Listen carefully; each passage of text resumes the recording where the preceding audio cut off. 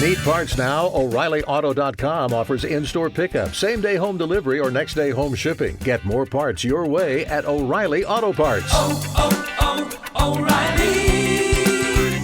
Auto Parts.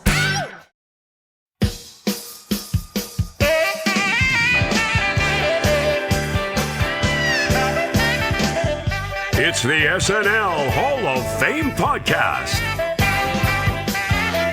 with your host, Jamie Dew, Chief Librarian Thomas Senna, and featuring Matt Ardill. And now, curator of the hall, Jamie Dew. All right. Thank you so much, Doug Donats. It is great to be here in the SNL Hall of Fame podcast zone. Please come on inside, but before you do, wipe that spring muck off your feet. The SNL Hall of Fame podcast is a weekly affair. Each episode, we take a deep dive into the career of a former cast member, host, musical guest, or writer and add them to the ballot for your consideration. Once the nominees have all been announced, we turn to you, the listener, to vote for the most deserving and help determine who will be enshrined for perpetuity in the hall. Folks, it's time. It's absolutely time. The time has come. May 23rd is tomorrow, and voting opens up. Have you registered to vote? Go to snlhof.com, click vote, and click register to vote there. Your ballot will be in your hands within 24 hours once the 23rd begins, and all bets are off. We're going to elect another class in the SNL Hall of Fame. So this is really exciting. And what makes things even more exciting is today's nominee, because if you had your ballot set, it might be thrown asunder when you hear who we are nominating today, and that is Amy Poehler. We are closing out this season by nominating Amy Poehler. This is going to be great. I can't wait to hear what our guest has to say, and really, I can't wait to hear what Matt has to say. So let's go and talk to our friend Matt. Right. Hey, Matt. Hey, Jamie. How you doing? I'm great. How about you, Matt? I am terrific. I'm really looking forward to today's topic of discussion, Amy Poehler. Yeah, she's great, right? She is wonderful. 5'2", born September 16th, 1971. So we're starting to get into the cast members that are around my age and making me feel old since they're already retired from SNL. She has 94 acting credits, 30 producer credits, 19 writing credits, 15 soundtrack credits, and 6 director credits. She was born in Newton, Massachusetts, to 2 school teachers. Her dad pushed her from day one to try new things. Prior to going to college, she worked in an old-timey themed ice cream parlor called Chadwick's, where she was made to wear a costume and play the kazoo while singing Happy Birthday to customers. And that's actually what helped her realize that she wanted to be a performer, because making people laugh made her feel like a queen. So she started improv with a troupe, My Mother's Fleabag, while working on her bachelor's in media at Boston College. She took classes at Second City, where she studied with improv god Del Close. Wow. There's so many people I know who are like 1 degree separated from Del Close. It's bonkers. And it's like, man, it must have been wild studying with him. But so while studying with Del, she befriended and began performing alongside Tina Fey at Improv Olympics. And she then went on to co-found Upright Citizens Brigade and helped create the ASCAT format with Matt Besser, Ian Roberts, and Matt Walsh. In 1996, growing from just an improv sketch troupe to a school of its own, sitting side by side with Second City and the Groundlings as one of the most influential improv sketch schools in entertainment. UCB went on to train luminaries like Aziz Ansari, Donald Glover, Ed Helms, Ellie Kemper, Aubrey Plaza, Nick Kroll, and Zach Woods. Basically, if you see a hot young comedian who's actually no longer that young but still hot, ripping up the industry right now, they likely took a UCB class. Now, she is, like my wife, a noted fan of Bones, Thugs, and Harmony. In the early 90s, she had a recurring role on Conan O'Brien's Late Night as Andy Richter's younger sister with a disturbingly intense crush on Conan. It was a lot to watch even back then. She brought it all. Now, during the first 2 seasons of Arrested Development, she played Will Arnett, Gob Luce, accidental wife, before eventually marrying him for real in 2007, before later divorcing. She also played his sister in the films Blades of Glory with a disturbingly wife-like energy. Now, while filming the movie Baby Mama with Tina Fey, she was in fact pregnant with her first child, Archie. She has formed lasting friendships with both Faye and Seth Meyers, whom she considers her best friends. She has a star on the Hollywood Walk of Fame, along with a Golden Globe for Best Performance by an Actress in Television. She has a star on the Hollywood Walk of Fame, along with a Golden Globe for Best Performance by an Actress in a Television Series for Parks and Rec, as well as an Emmy and Writers Guild of America Award. Was the third SNL alumni to give a Class Day address to the graduating class at Harvard, alongside Al Franken and Will Ferrell. She started a wine store called Zula Wines and Spirits in Brooklyn Park Slope with musician friends Amy Miles and Mike Robertson, where they sell nice bottles of wine for as little as $13. And finally, during the filming of Parks and Rec, Poehler started a tradition that anytime the show was shot on location, the whole cast and crew would have dinner together, and she would dedicate a toast to someone, often picking out a cast or crew member, and the toasts would have to continue until everyone was toasted. Mike Schur called this the Poehler, and continued this tradition on The Good Place. So yeah, she's just a nice human being. Sounds that way. Yeah. Nice human being who belongs in the SNL Hall of Fame. What do you think? Agreed. Definitely agreed. All right. Cool.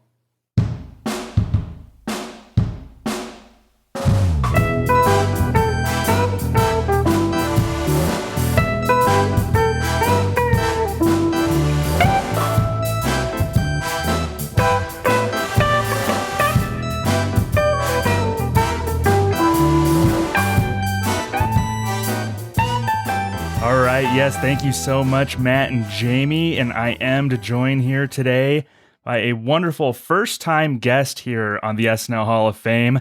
She's a frequent guest on the Saturday Night Network's podcast, our great friends over there, John Schneider and them. Victoria, I actually heard you on John's shows and decided to poach you. That's kind of what I do here and there, is I'll hear talent on the Saturday Night Network and then just kind of, get you over here on the SNL Hall of Fame, but John doesn't mind. So no, I'm sure he doesn't mind the double dip. No, he does not. We are all good friends. We're all a wonderful podcasting community. So Victoria Fronso, thank you so much for joining us here on the SNL Hall of Fame. And thank you for having me. I'm excited to do this. I love debating Hall of Fame people and who's worthy and who may not be worthy, but we're here to discuss who's worthy. Yes, absolutely. And we have a really good one today. But before we get to that, usually I go into more detail about my guest during this intro, but I want you to do it, Victoria. So can you talk about your experience as a sketch and improv performer, and maybe a little about being a 2023 SNL scholar? Yeah, I'd love to. So I've always wanted to do comedy. It was kind of second nature, but my parents always told me to, quote, get a real job, as a lot of performer parents tell them to do. So after college, probably around 2018, I started taking improv classes at the Second City and did a lot of performances there as well outside of my classes. And then in 2020, I auditioned for the conservatory, which I'll just just for context, is kind of like your masters of of comedy and improv at the Second City. You have to audition to get in, and you have to audition to stay in. And then something called the pandemic is what it was called happened. I've heard about that. Yeah, I read about it on Twitter, and it was like, ugh, it was a big deal or something. So I had to pause there for a little bit. But last year, while living in Detroit, I was doing comedy at Go Comedy Improv Theater. I don't know why I can't say improv for the life of me, even though I do it all the time. I was doing comedy there. I was an understudy. I did a couple sketch shows, or a sketch show at the Planet Ant Theater, both theaters founded by Second City Detroit alumni, which is really cool. So you kind of get that training trickle down. And then last year I applied for the Saturday Night Live scholarship at the Second City and was 1 out of 4 people who got it, which is really cool. It's a diversity scholarship, and it kind of is trying to build a pathway for folks who have a different background, whether that be, ethnically, racial, if they're part of the LGBTQ plus community, just to get them an opportunity to be in spaces that they may otherwise not have. And what that entails is, they pay for my training and what my classes are. And I'm currently in the final stage of my classes at Second City. So it's kind of bittersweet there. But then, I get to meet with a few SNL folks and then hopefully get to audition this time next year. Wow, that's awesome. And hopefully you won't forget all of us little people who you've interacted with when you're on the show in New York doing that. That's Victoria. That's so awesome. And I just kind of wish you really good luck and wish you well on your venture there. That's so wonderful. Thank you so much. I don't expect anything. I'll be very honest. Yeah. I don't expect to be on SNL.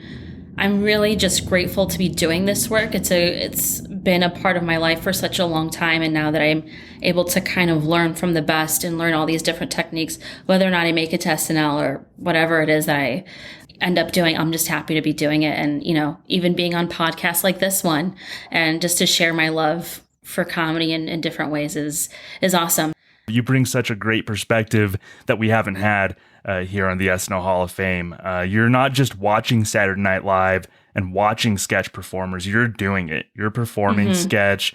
You're taking the classes. You're making your way through. So I just love that perspective that you bring to this. So that's why, I think you're the perfect guest to talk about Amy Poehler, because she was so influential in the sketch and improv world. So her first sketch and improv experience, just real quick, was with Improv Olympic. So can you tell us kind of about Improv Olympic and what Amy's background is with that?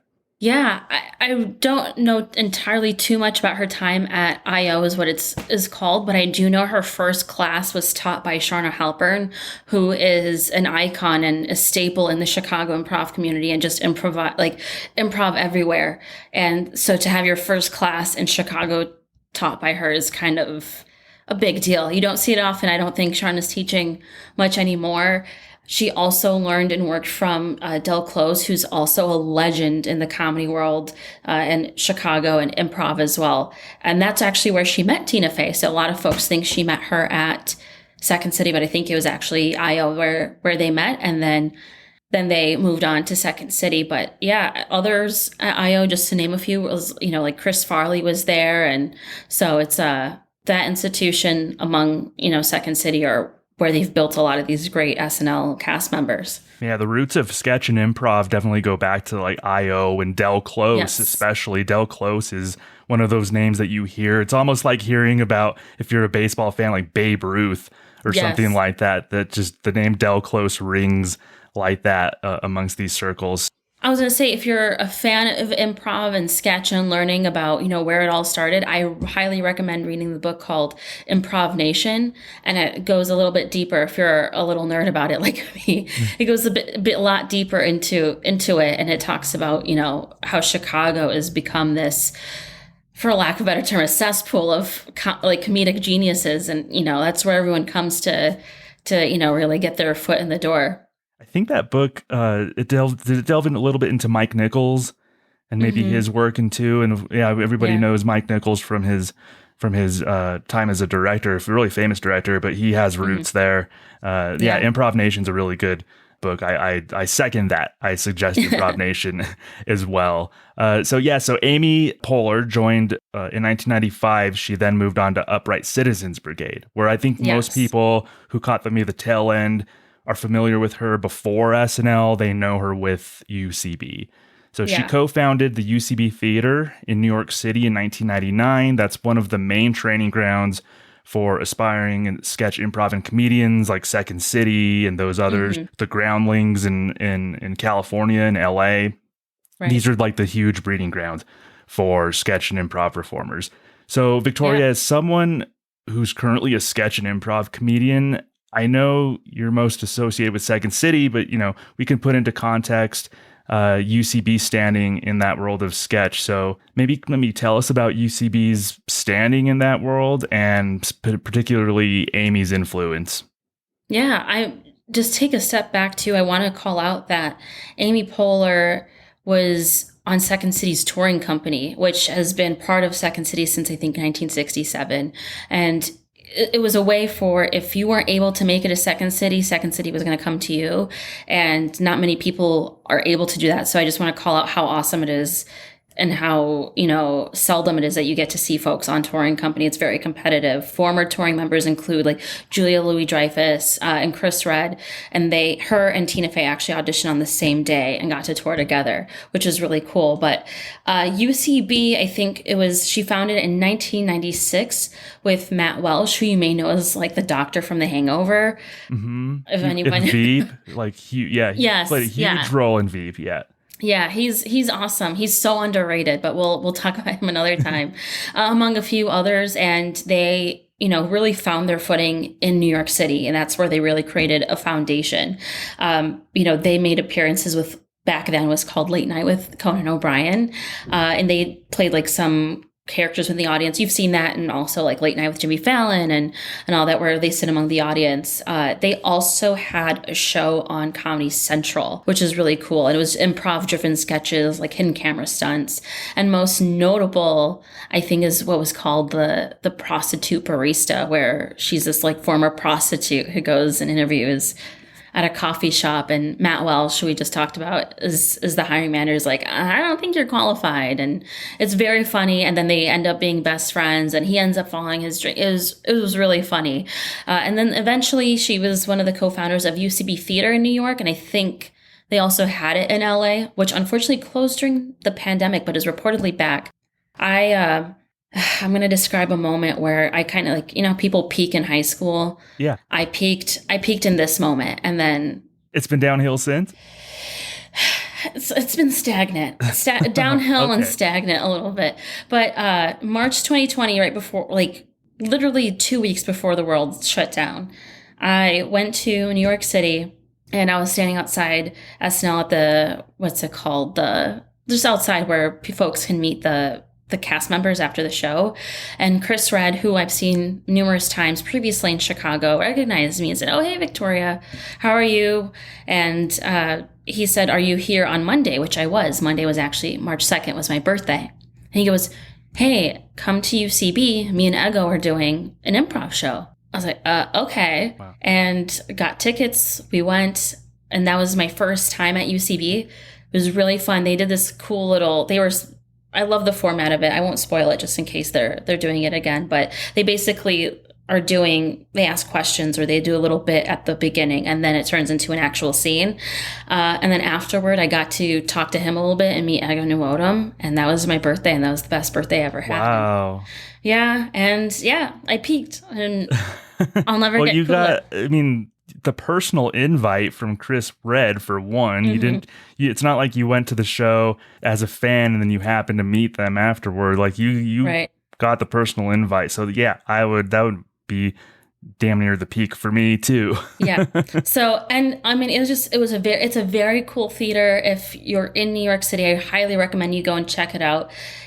You can tell like the comedy and the genius that is Amy Poehler, and why she's an awesome contender for a Hall of Fame spot, just kind of flows through that space. And she's definitely inspired me. Her and Tina Fey, when I was younger, always inspired me. Gilda Radner, of course, but for my generation, the women I looked up to were those two. And it was because of them. I even signed up for my first Second City class, and here we are today, a few years later. But yeah, so she's definitely an inspiration for you and a lot of people. And I find one of the things that I find fascinating about her, as it relates to her time before SNL, was you had mentioned the Upright Citizens Brigade sketch show that was on Comedy Central. So that ran for 3 seasons. It was with the aforementioned Matt Walsh, Matt Besser, and Ian Roberts. Also made up the UCB. And it's interesting because she's one of the handful of people who get to SNL who did sketch on television before that. So of course, like we had Kenan Thompson had sketch experience on TV. Taron Killam, I believe, was on Mad TV before SNL. Kate McKinnon was known for being on a sketch show. But Amy was like that too. And I watched Upright Citizens Brigade on Comedy Central as it was airing. And that's so cool. Yeah, it was awesome. It was like a spiritual successor, I would say, to Kids in the Hall. It kind of had that weird out there Kids in the Hall vibe. Also a precursor to like I Think You Should Leave, Tim Robinson's Netflix show. There was some weird elements there, but just totally up my alley. Have you gone back, or did you get to watch Upright Citizens Brigade on Comedy Central? I wasn't cool enough to watch it. I don't think even I was allowed to watch Comedy Central as it aired. I'm probably dating myself because I was plenty old enough to watch it when it aired live. Yeah, it was hit or miss. Like sometimes I could watch MTV, but like I couldn't watch other things. Or like my parents let me watch Godfather with that. It was just very weird what they pick and chose of what I could see. But I didn't watch it then. I have gone back a few times and watched bits and pieces of it just to. Sometimes you just need to like get re-inspired and remotivated. So you go and watch some of the folks that you really look up to and what they did, and kind of make yourself feel better about where you're at too. No, I watched it too. Like the prostitute barista one was, again, probably most notable, but one of my favorites too. It kind of demonstrates her ability to be so multifaceted. I don't think that some of that content stands the test of time. Yeah. Like I don't think they could push it. But if you just look at it like face value for the time it was in, it was awesome. Yeah, definitely something that, like, I compared it to Kids in the Hall, which was a Lorne Michaels produced show, of course. So definitely something that probably would have caught the attention of SNL producers, and possibly Lorne, her time on the Upright Citizens Brigade show. That's a tongue twister. Upright Citizens Brigade show. Side note, on Comedy Central. Side note, I'm really impressed that you know what Kids in the Hall is. Oh, God, no. Okay. I watched Kids in the Hall. I was a weird 8-year-old, okay, watching Kids in the Hall. So I would watch SNL in the early 90s. So again, dating myself. But so I was probably watching SNL as it was airing, probably around 1990, 91. Mm-hmm. And after SNL finished, they would show Kids in the Hall. So if I was able to stay awake by then, I would maybe catch some Kids in the Hall. Of course, I watched Kids in the Hall on Comedy Central when I was like in middle school, high school. So that's, I don't know, just probably SNL viewers of my age and generation also love Kids in the Hall. Before the show, just for context for listeners, we were talking about Sterling Heights, Michigan, and how very niche it was. But Kevin McDonald of Kids in the Hall did workshops at Go Comedy Improv Theater in Ferndale, Michigan. So really, Kevin? It was very cool. Yeah, and again, also like didn't realize that a lot of people knew what Kids in the Hall is, but because usually you mention it, people are like, "What are you talking about?"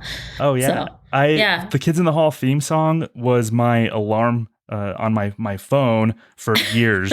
I think I maybe changed it last year, but the Kids in the Hall theme song was my alarm that I woke up to for like a decade.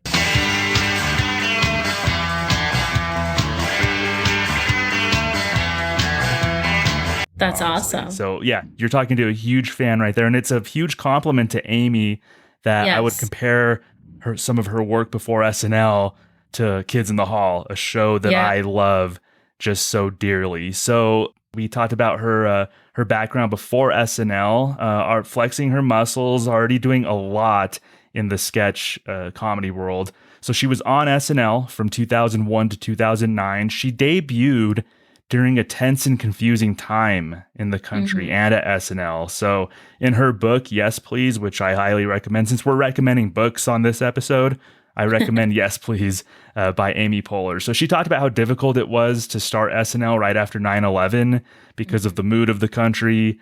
She wasn't sure if people were ready to smile, much less laugh, which is something that I remember as well. That was just kind of the mood of the country in general. So as far as her SNL stuff goes, what stood out to you about Amy as a sketch performer? So I know that a lot of the SNL performers and cast members are able to take, an ordinary thing and kind of exaggerate it. But I think what stood out about her is how she was able to do it. And I think a lot of her stuff, what's the word? Like, how do I phrase it? It was simple, yet like punchy, like she didn't have to do a lot to get her point across.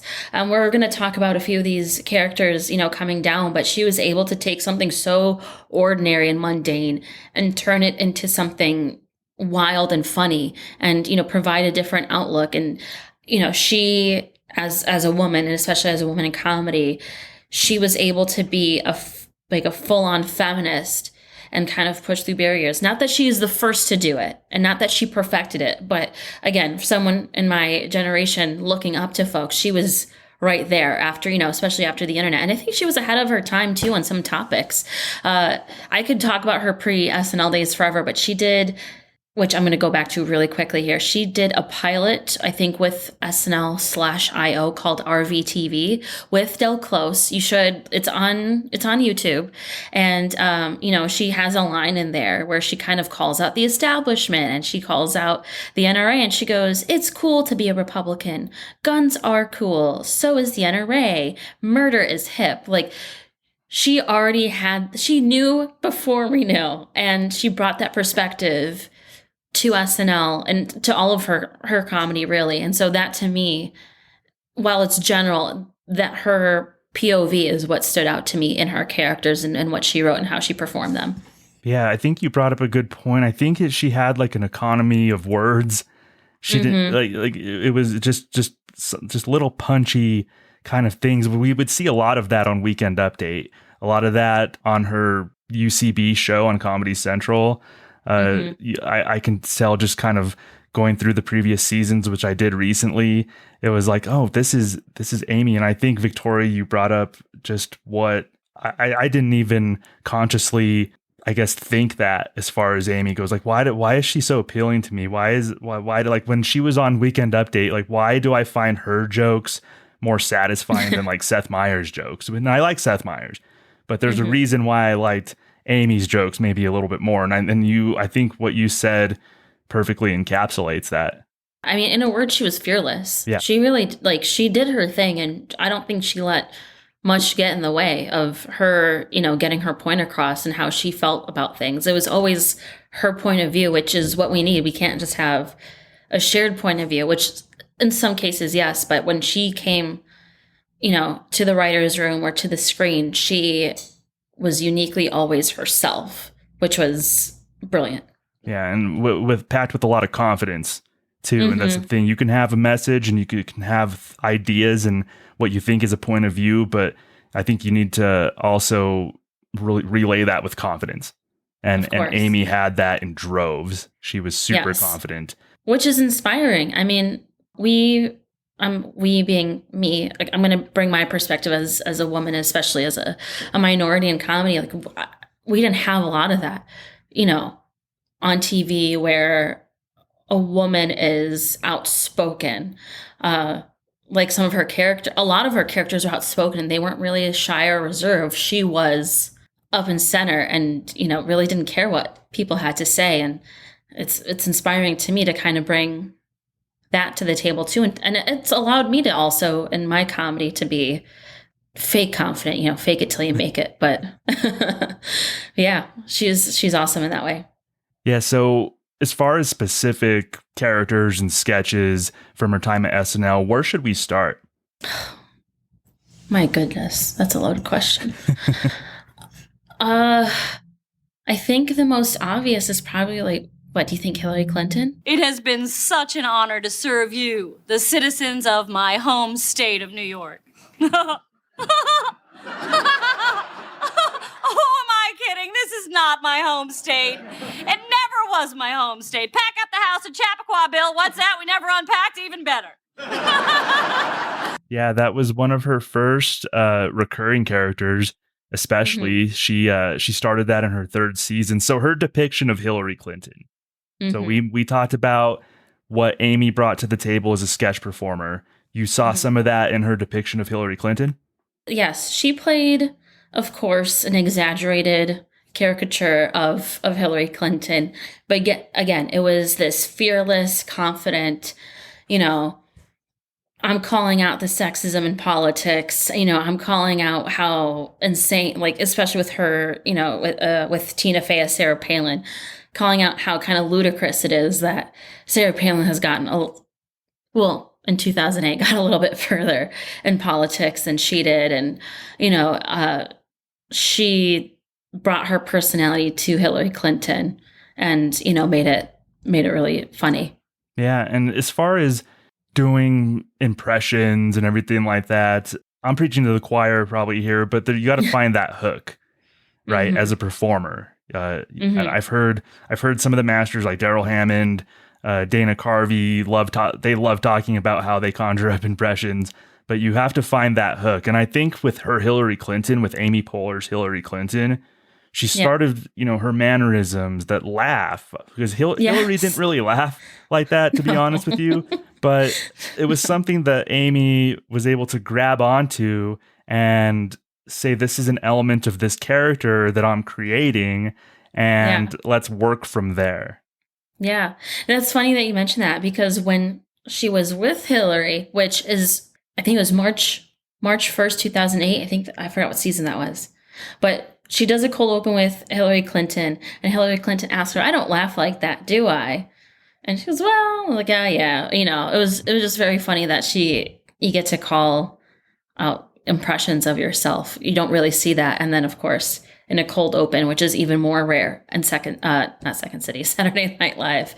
So, I mean, it's just iconic. She's done things that others have never done on that show. Yeah, she played Hillary Clinton 13 times throughout the years, from season 29 all the way up to her last season. It was season 34. So she played Hillary Clinton quite a few times. One of the sketches, and I don't know if you remember this one, but it's what I kind of go back to as far as when Amy first announced herself with confidence, something that she first led. It was in her second episode, and it's a sketch that she wrote with Sean William Scott. It was the porn star sketch. Hey, can I ask you a question? You can ask me anything. You know that. When do you think it's a good time to mention in a relationship that you've done some porn? What? Just, like, how long do you think, like, in a relationship you should wait before you tell somebody you did a little porn? Like, first of all, what an era. Like, it was again right after September 11th, unfortunately, but like the early 2000s, like, when it comes to comedy, were so out there. It was almost the Wild West. Yeah. People were taking chances. It was some of the bad stuff was like, I think it was the height of like edgelord kind of comedy. Yeah. Which wasn't so wonderful. But you also had people taking chances and delving into ideas that maybe are taboo or risque. Yeah. I mean, Sean William Scott himself was in American Pie? Like, again, wouldn't go so well if it was released as is for the first time today.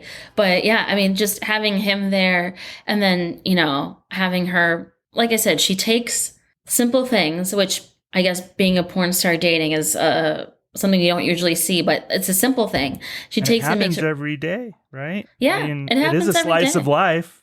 Yeah, and it's a different POV. We don't usually see that POV, but I love that she was like downplaying. I was in a porn movie, and he's like, "Well, I don't care about your past." There's like, "Well, this afternoon, I guess, was my past," and then it was just very funny. I think again, really cool that she got to be she was fresh to SNL. In the second episode, got to be a main character with the host. Her second episode, it just, I don't know, man. I'm also preaching to the choir, but like she is doing things that are essentially unheard of at SNL. Yeah, and that soon. Yeah, that soon, and it's your own sketch that you have co-written. But yeah, I mean, if you wanted to walk through, I guess how it went for the rest of folks, I don't want to ruin it for you if that's where you're going. Oh no, yeah, go ahead. No, so I mean, she's having. I forget, is it dinner with a boyfriend, or it's like, yeah, and she was, or just like it seemed like they've maybe a first date, or they were in the early stages of dating. Yes. Yeah. Early stages of dating. She's like, oh, when is it a good time to mention that I've done a porn movie?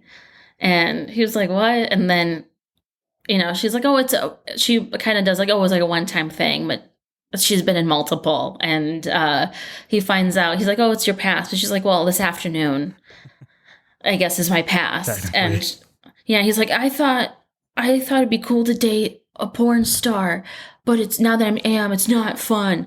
She goes, I'm not a porn star yet. And I think she crossed her fingers too, or something. Like she had the mannerisms, like, I'm not a porn star yet. Like, yes, I might be. Yeah, and you know what? Soon.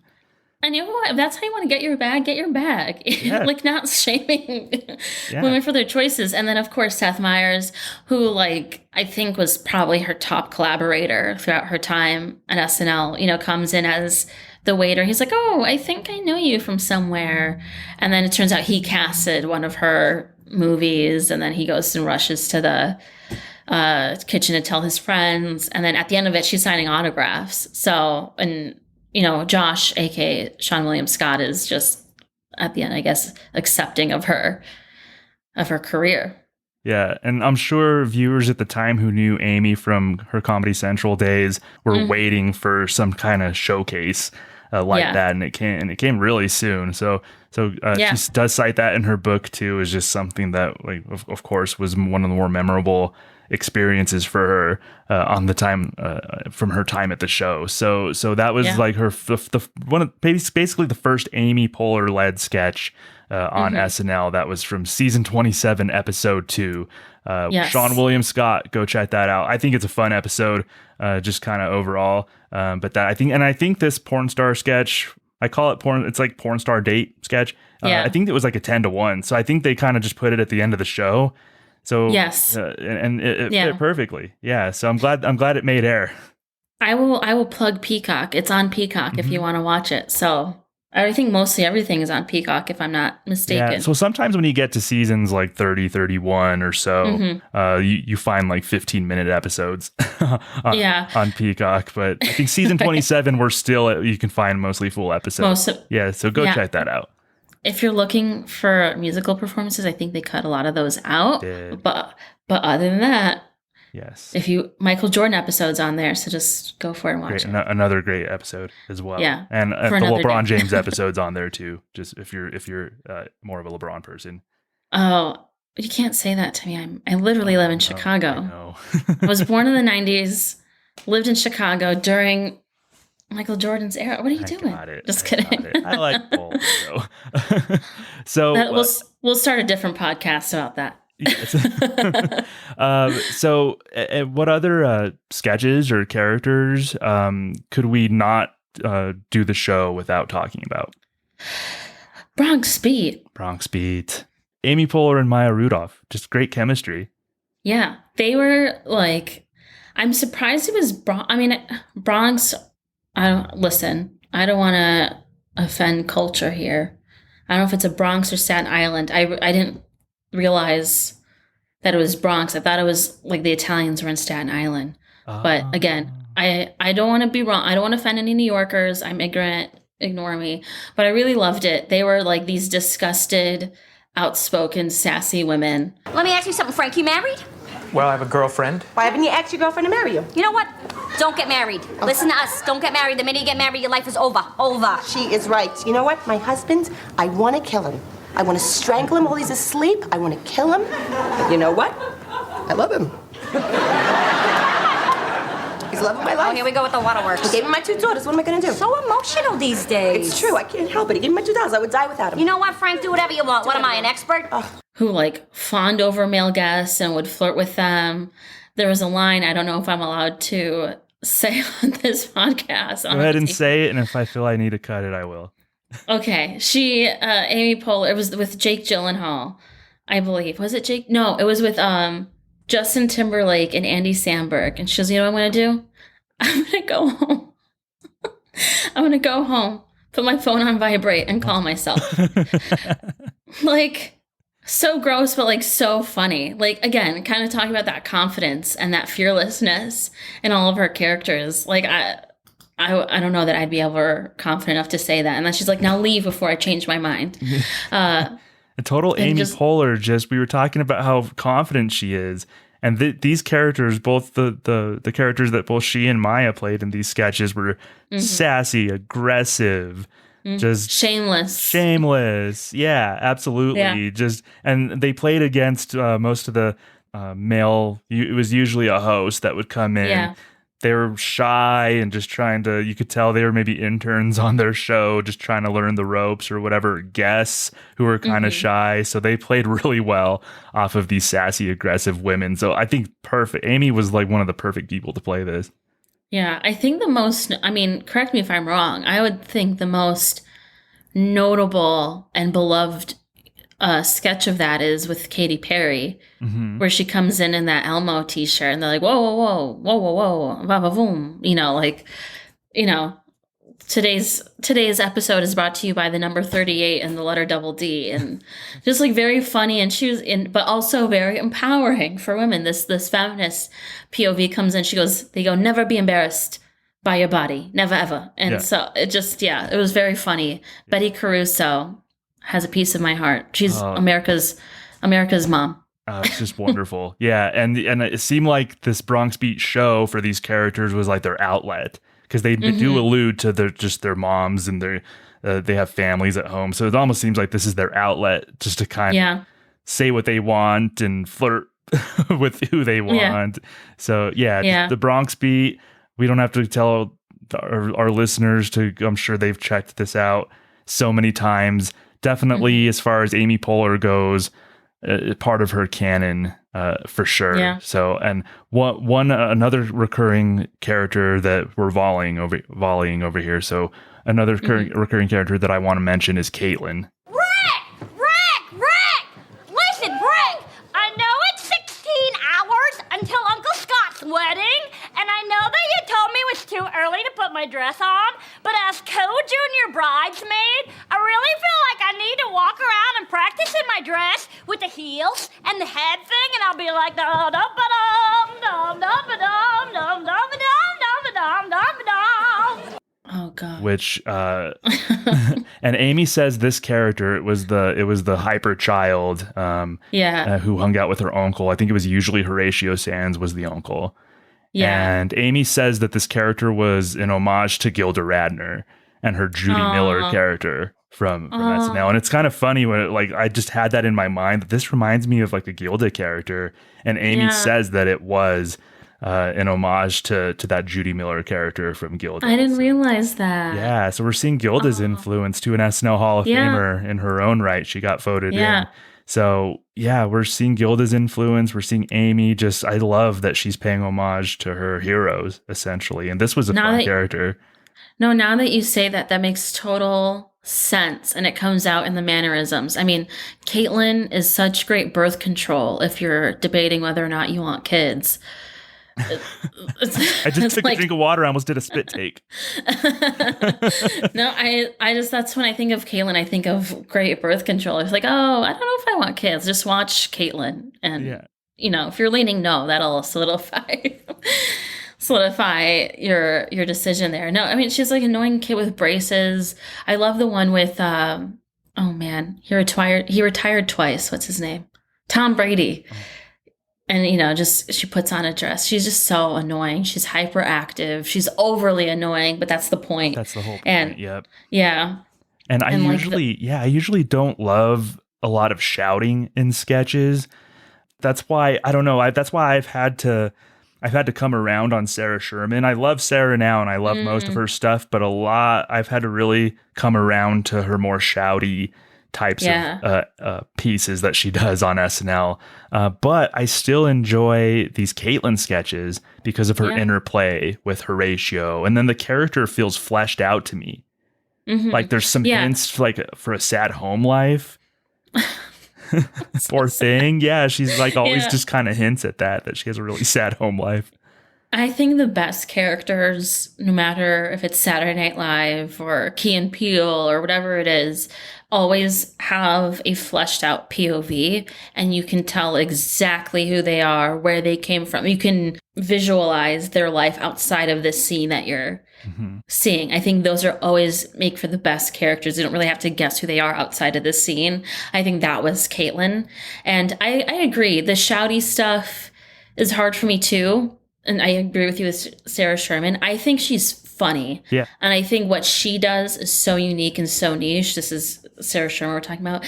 But yeah, no, those louder ones take a little bit more time for me to warm up to them. But I eventually do. And I think this was, at that time, one of the few that were. So it worked because it wasn't constant. I don't think they've ever done constant shouting characters or something like that. I could be wrong, but I think it worked for her time there. Yeah, I agree. And I think part of her character, which I find funny, and it's, hinting at how she is outside of the sketch, is like her references are old. So she referenced like Dennis Leary. Like what little kid references Dennis Leary or Amadeus, the movie Amadeus?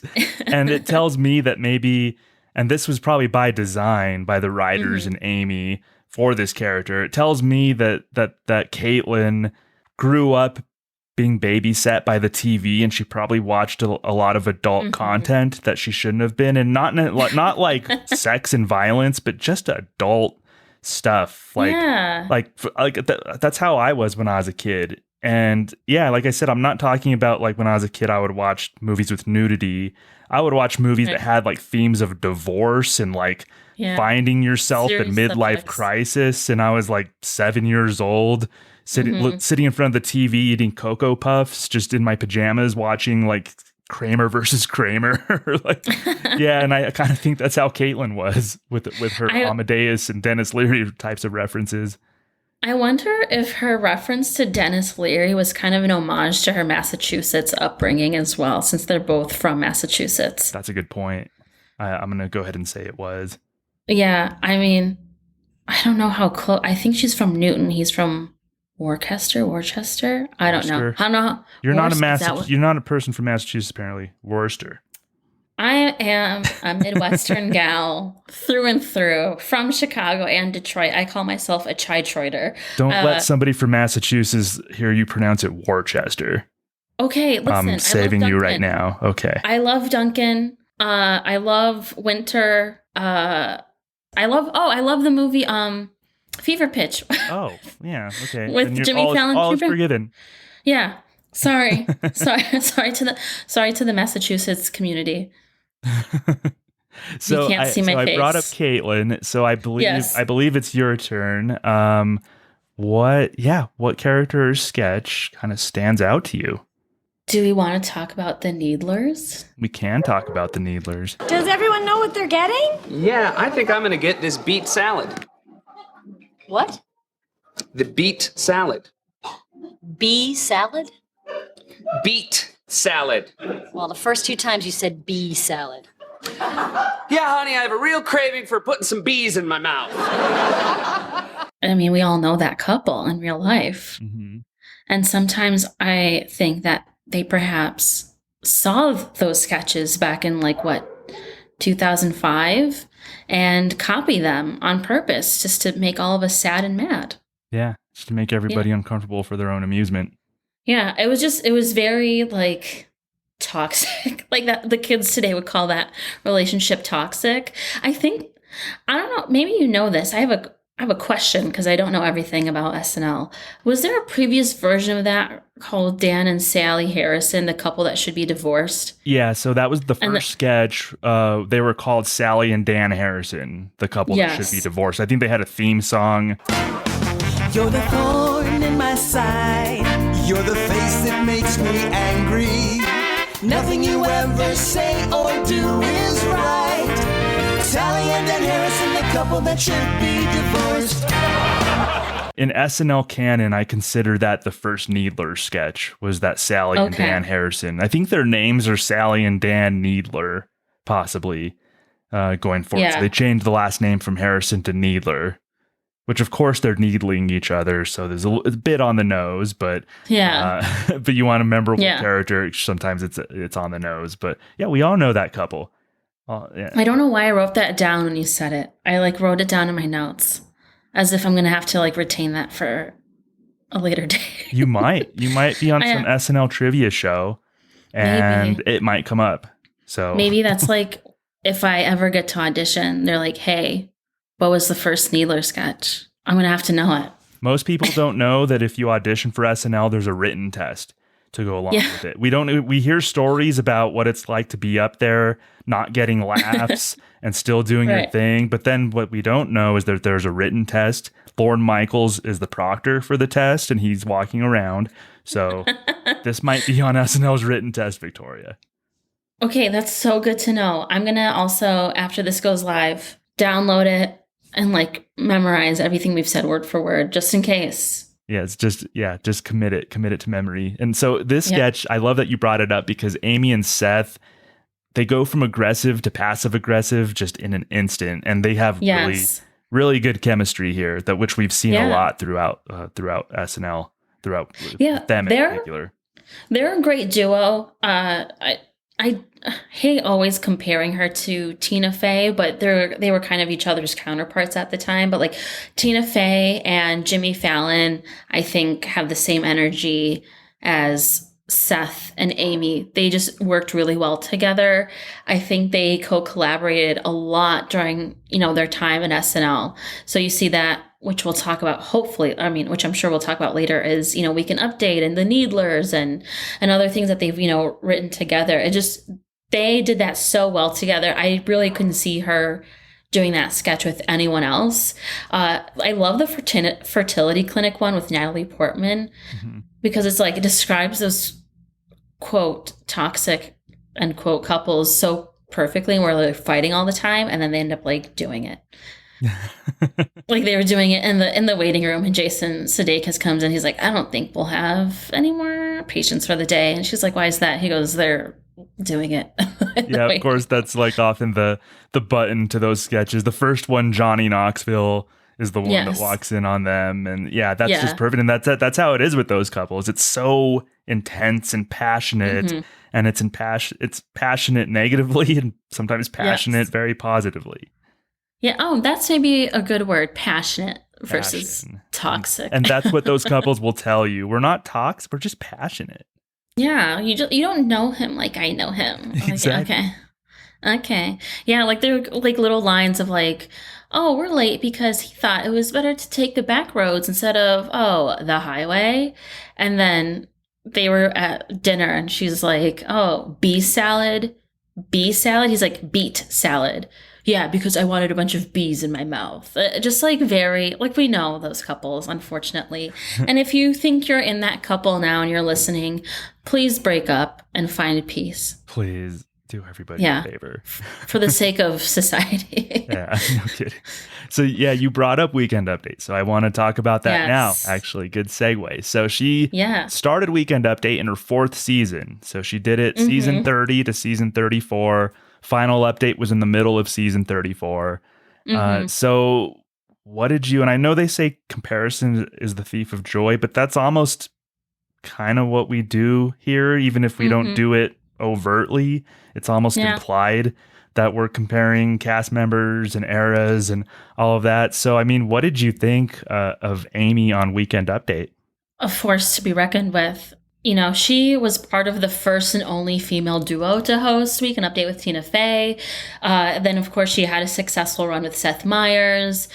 And she's just had really great bits. One that stands out to me was, her and Tina Fey mentoring Lindsay Lohan at the time, who was that was such a great Mean Girls era. And, for folks who are younger, like millennials, I should say, that was kind of like the comedy growing up. It was, Mean Girls and the Tina Fey and Amy Poehlers growing up. So it was really awesome. It was very like confronting her about rumors they've heard about her, which like at the time everyone had a rumor. It was very, I think as a society we've done a little bit better, not too much better, but we've progressed a little bit in how we treat women and people who are famous. But just like saying, you have Misha Barton arms, you're too skinny. Are you eating? Are you going to the club? And then the fun part, the twist of Lindsay Lohan throwing it back on them. She's like, well, you slept with people to get into movies, or, you're drunk right now. And Amy Poehler's like, yes, I am.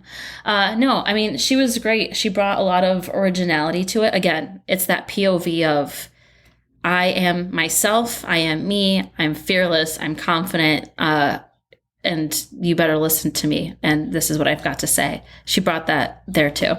Yeah, Amy on Update, to me, that really allowed her to display her wit and charm on the show.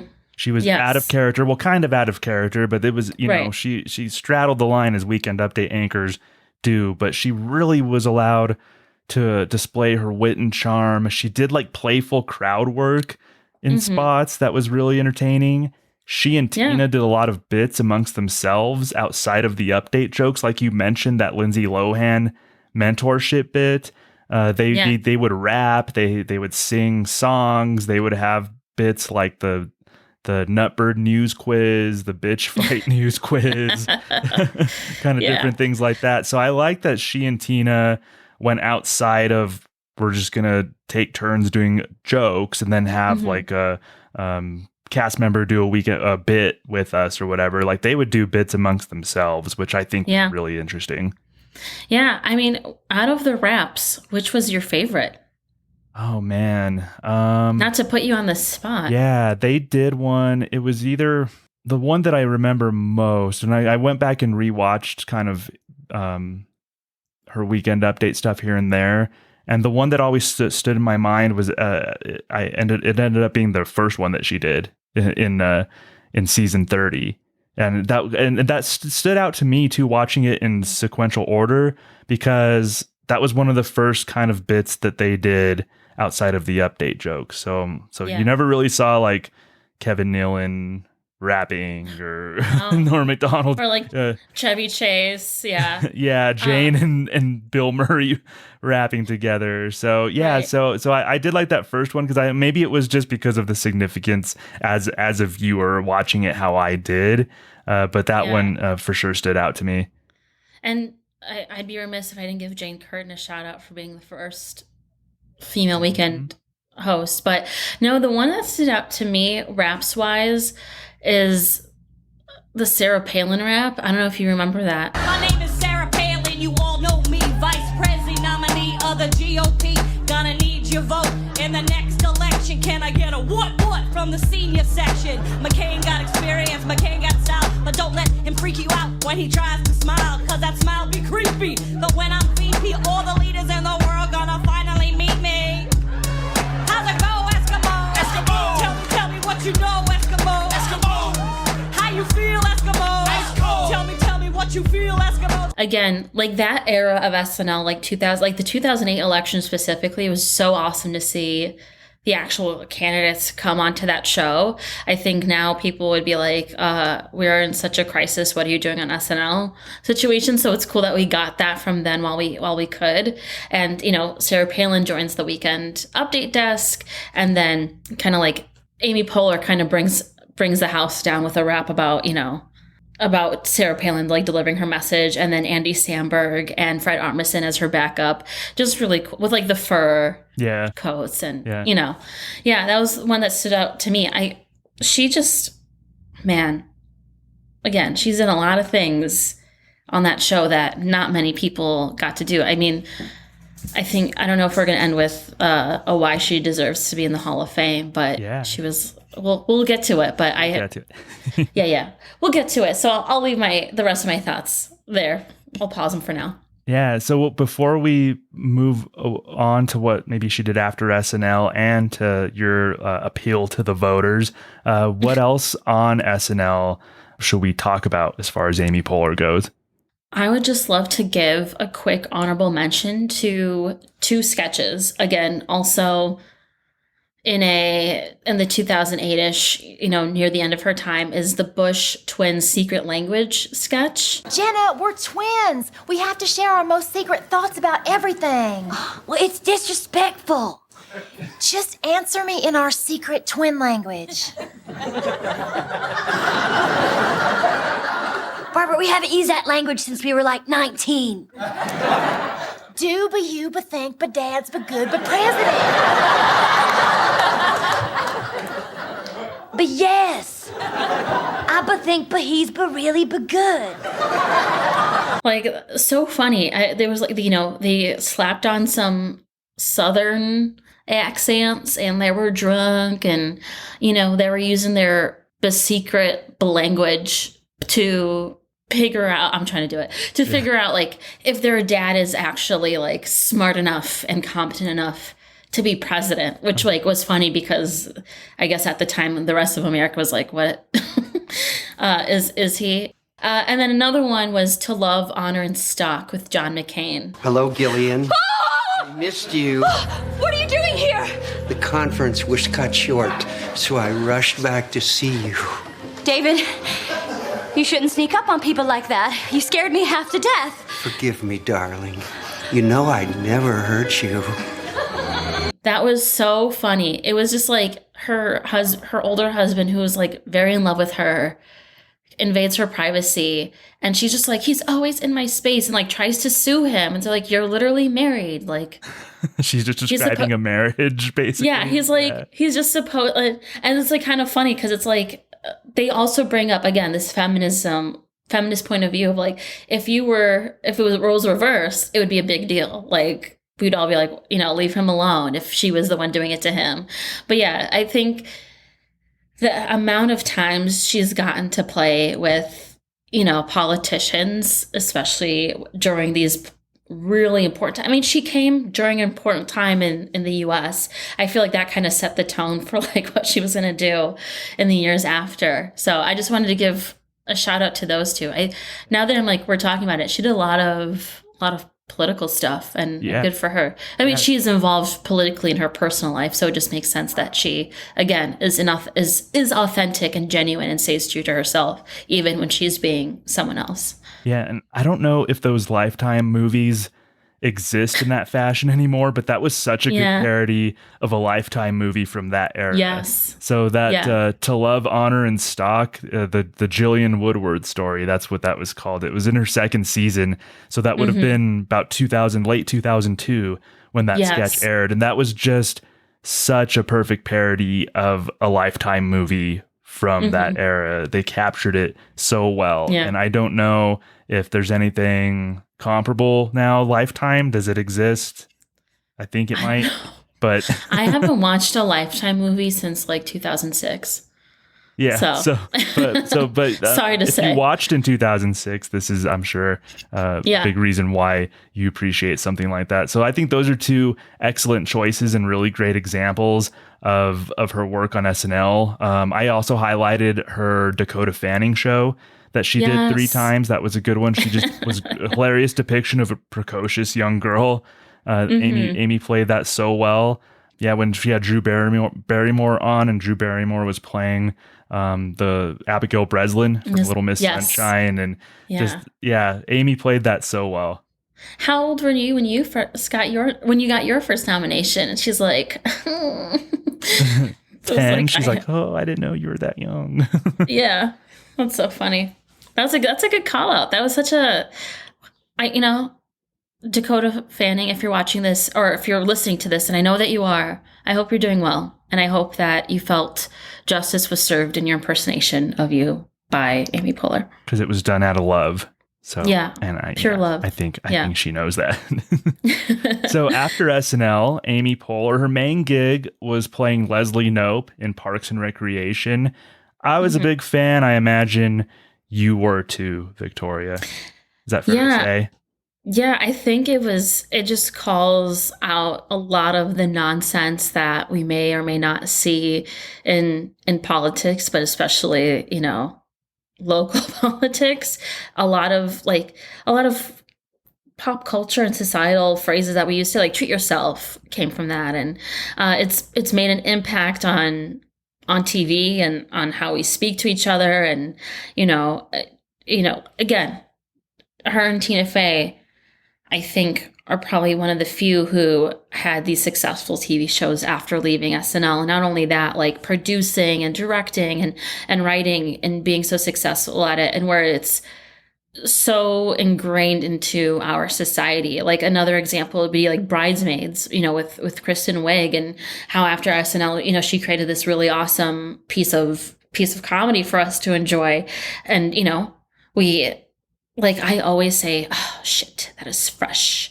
I pull that from Bridesmaids, but I always pull like treat yourself. And, there are not enough words, and maybe they are, but I'm not smart enough to know them. I have a limited vocabulary, but Amy Poehler she's not the first to do it. We've mentioned Gilda Radner, and, we also mentioned Jane Curtin. They're not the first, but they are today's, they stand on shoulders, but us after them are standing on their shoulders too. So, with Parks and Rec, she's opened some other doors and avenues for us to be creative, and freed us a little bit to be open about ourselves and our comedy and how we write and how we look at comedy. So after a very successful run on Parks and Recreation, she returned to SNL, numerous cameos throughout the years, especially at the Weekend Update desk. Her most recent was this past season 48, during the Aubrey Plaza episode. She returned as Leslie Knope, which surprised me. I just thought that was wonderful to see her and Aubrey do their thing on Weekend Update. How does it take to run a federal agency? Well, all you do is you show up every day and you do the job, but I want to pick your brain about this job, about this show, because I used to watch this when Seth Meyers did it by himself with no one else. And he made it look really easy. Yeah. So you said you were here to talk about the government? Yeah, but quick question. President Biden, when he zoomed in before, could he see me, or were the cameras off? I think he pre-recorded that. Oh. I can't tell you. I prayed for that cameo, and the Lord answered my prayers. I was like, even if it's like a split second, please. Like, there's like no way you can't. Aubrey was a page, and Amy was on SNL, and just like, then they worked on a show together. There's no way that she couldn't. And I was just so happy to see them together. So that made me really happy. Yeah, that was wonderful. And Amy's also returned twice to host. She hosted in September of 2010, and she co-hosted with Tina Fey in December of 2015. Wonderful Iconic show, classic Meet Your Second Wife sketch that just... That's one of the classics from that era. She and Tina just did a wonderful job co-hosting together. Man, and they also hosted a bunch of award shows. I think it was Golden Globes that they hosted, right? I always get them mixed up. And they're a duo. I'm hoping to find my Tina Fey or my Amy Poehler during my time at Second City, and follow their footsteps a little bit. Not exactly, because I need to forge my own path, but it's always good to have a partner in crime when it comes to these things. And they've done so well for themselves, but I think Tina Fey recruited Amy Poehler to SNL. So I'm willing to do that for somebody else. If there are any takers, no, I'm kidding. I mean, yes, but I'm not kidding, but I'm kidding, if that makes sense. So Tina Fey is an SNL Hall of Famer. She got voted in. So so now's the time, Victoria, where you tell the listeners and voters why Amy Poehler should be strongly considered for the SNL Hall of Fame. Oh, no pressure for me. I mean, why not is the better question. She was promoted from featured player to full cast member in her first season on the show. Making her the second cast member to ever have that happen to, and the first woman to earn this distinction. She has worked, as we've highlighted many times throughout this show, she's worked with various politicians and kind of confronted them in her own way, and pulled her own point of view. And then even outside of SNL, her foundation of being at IO, Second City, UCB makes her a contender right then and there, even before she starts a show. I don't think people really realize and understand how hard it is to get those accomplishments even before the show. You know, it's incredibly competitive, and she has uniquely stood out in all of that. Not only has she been able to get onto Second City's touring company, or, you know, she's worked with Del Close, she's thrived in that, and she's blossomed into this really awesome, iconic performer. She's, you know, brought these characters who've inspired other characters, just as others before her have. And let's just be honest. She's one of the GOATs. She is, you know, when it comes to female comedians, she is one of the GOATs. There is not many like her. If you can find somebody who's not Tina Fey, of course, and that's only because they, you know, came up together, who has accomplished as much as she has, I would like to know. Please call me at, I'm not going to give my phone number out here, but send me a DM and we'll debate it. But she's done a lot of firsts, and she will continue to do so. And you don't find as many folks who are back then who are as unapologetically themselves as she's always been.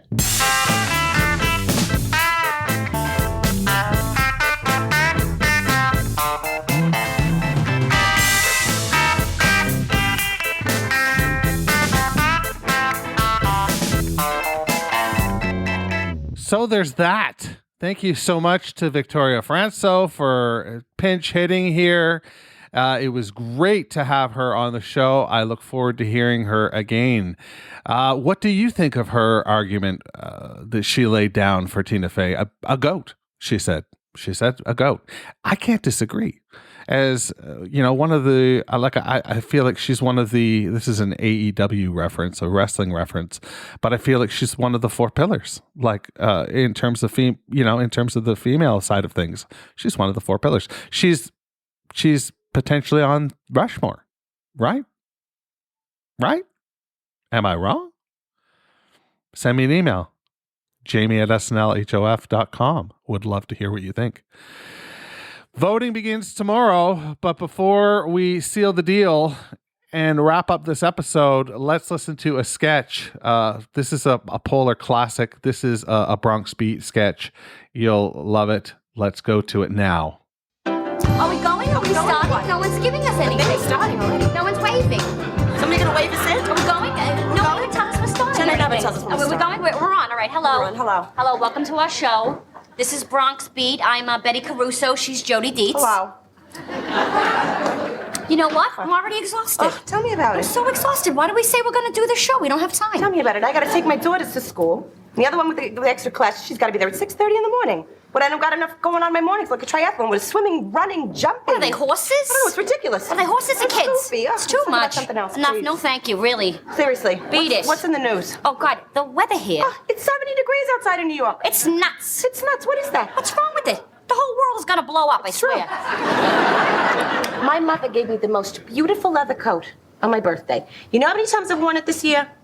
0.00. It's bananas. The whole world is bananas. You know what I say? Live your life, because the world's going to blow up. She's right. Enjoy your family. Enjoy your friends. Have a glass of wine. Have 2 glasses of wine. Have 10 glasses of wine. What do I care?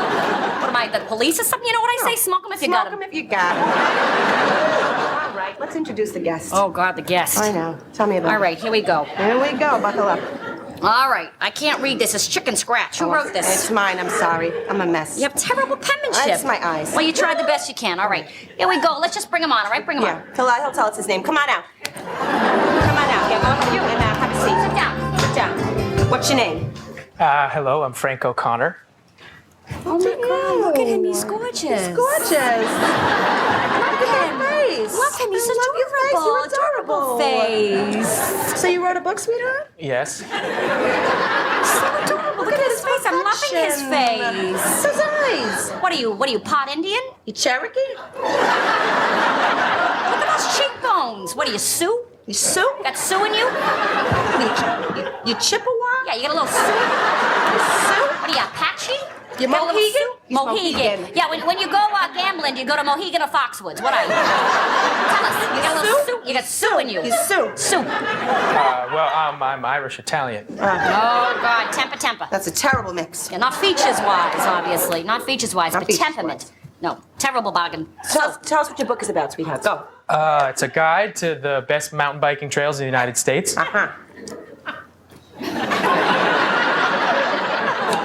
Let me ask you something, Frank. You married? Well, I have a girlfriend. Why haven't you asked your girlfriend to marry you? You know what? Don't get married. Listen to us. Don't get married. The minute you get married, your life is over. Over. She is right. You know what? My husband, I want to kill him.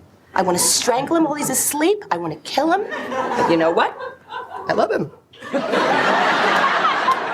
He's loving my life. Oh, here we go with the waterworks. He gave me my 2 daughters. What am I going to do? So emotional these days. It's true. I can't help it. He gave me my 2 daughters. I would die without him. You know what, Frank? Do whatever you want. What am I, an expert? Oh, she's right. Don't listen to us. We're not the police.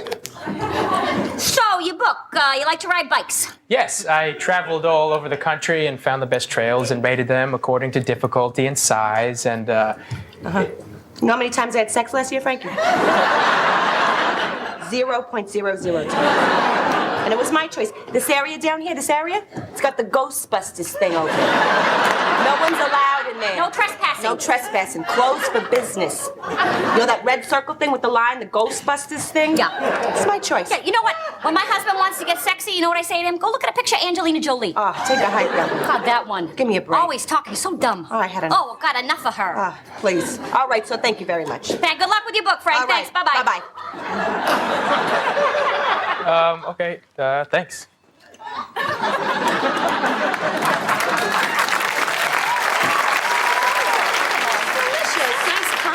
You can say that Very again. kind eyes. God bless him and God bless that book. I loved him. He was a tall. All right. him. Now we have to take a call. How does this work? Please, Oh, I God. have no idea. This thing drives me nuts. It's too complex. It's like Starship Enterprise over here. Press that. That thing. Here we go. There you go. Hello? Hello? Caller? Hi, girls. Hi, Dee Dee. Hi, Dee Dee. How cute was he? Cute was he. What? Can you hear us, Dee Dee? God, the speakerphone is junk. I'm at the ShopRite. The lines are huge. Dee Dee, hello. Can you hear us? I can't find one cashew in this whole store. All right, you know what? Hang it up. Okay, does Ocean Spray have cobs? Jody? Hang up. Jody. She's gonna start swearing. Hang up the phone. She drives me nuts. What is she doing looking for a cashew? Goodbye, Dee Dee. I'm hanging up. Why is she at ShopRite? I don't know. She drives me nuts. You know who I miss? That kid. Oh, Frankie. Frankie, let's get him back. God, he's adorable. Where is he? Jenna, where is he? Jenna, where is he? He's in the bathroom? Get him back out here. What is he, the King of England? Knock on the door. Get him back out Open the here. door. Should I bring my book? No. Just said, honey, you're adorable. Have a seat. Look at you. Tell me something, Frankie. What are you, Leo? You're Leo? Aries? Aries? Taurus? Taurus? You're a bull. You're a bull. A Gemini. Oh, he's a Gemini. Oh, boy, twin. You know what? He's a good boy. You know why? Because he's good to his mother. He's got a nice smell. You love your mother, don't you, Frankie? Look at the mouth. Look at the corner of the mouth. He's adorable. Love you. All right, tell us about your book. I've been writing for years. By and, the way, did you I- smell that weird smell in the city the other day? Weird. The whole city smelled like garbage. What was that? You know what it smelled like? It smelled like a pickle. You know what it smelled like? It smelled like when you cook fish in the house. Oh, you know what? When my husband brings fish home into the house, I say, go have your other wife cook it. Exactly. Go have Angelina Jolie cook it. That one, too, by the way. You are Nuts. she's nuts. She's absolutely bananas. How old are you? How old are you? I'm a Gemini. A whirling dervish. A whirling dervish, a tour de force performance there from Amy Poehler and, of course, Maya Rudolph. Just a fantastic edition of Bronx Beat. Does it seal the deal for you? I don't know. We're going to have to wait and see. But voting opens tomorrow. Tomorrow, May 23rd. I hope to see all of you registering and letting us know where you're at. That, my friends, is what I've got for you this week in the SNL Hall of Fame. So, on your way out, as you walk past the Weekend Update exhibit, do me a favor and turn out the lights, because the SNL Hall of Fame is now closed. Thanks for listening to the SNL Hall of Fame podcast. Make sure to rate, review, share, and subscribe to the show wherever you get your podcasts. Follow us on social media at SNLHOF. This is Doug Denant saying, see you next week.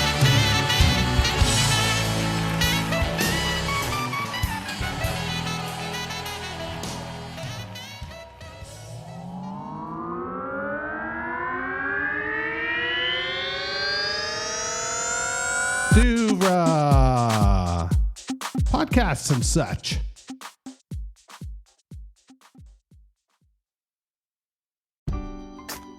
The most wonderful time of the year. Although, let's be honest, around the holidays, things really add up. But here's the good news. Only at Verizon, you can get a single line for $50 per month when you switch and bring your phone. So while ice skating for two is definitely costing more, here at Verizon, you can save. Gifts for your third cousins? Steep. A single line with Verizon? Not so steep. A real tree? Pricey. A single line with Verizon? Less pricey. Flights to see Mima and Pops? Those are up. A $50 per month single line? That's down. Even a trip to the Atlanta Holiday Market will cost you more. But with Verizon, you can switch and bring your phone for just $50 per month for a single line on unlimited welcome, with autopay plus taxes and fees. All this to say, during the holiday season, when everything is costing more, you can get more for less right now at a local Verizon store. $15 monthly promo credits applied over 36 months with a new line on unlimited welcome. In times of congestion, unlimited 5G, 4G LTE may be temporarily slower than other traffic. Domestic data roaming at 2G speeds. Additional terms apply.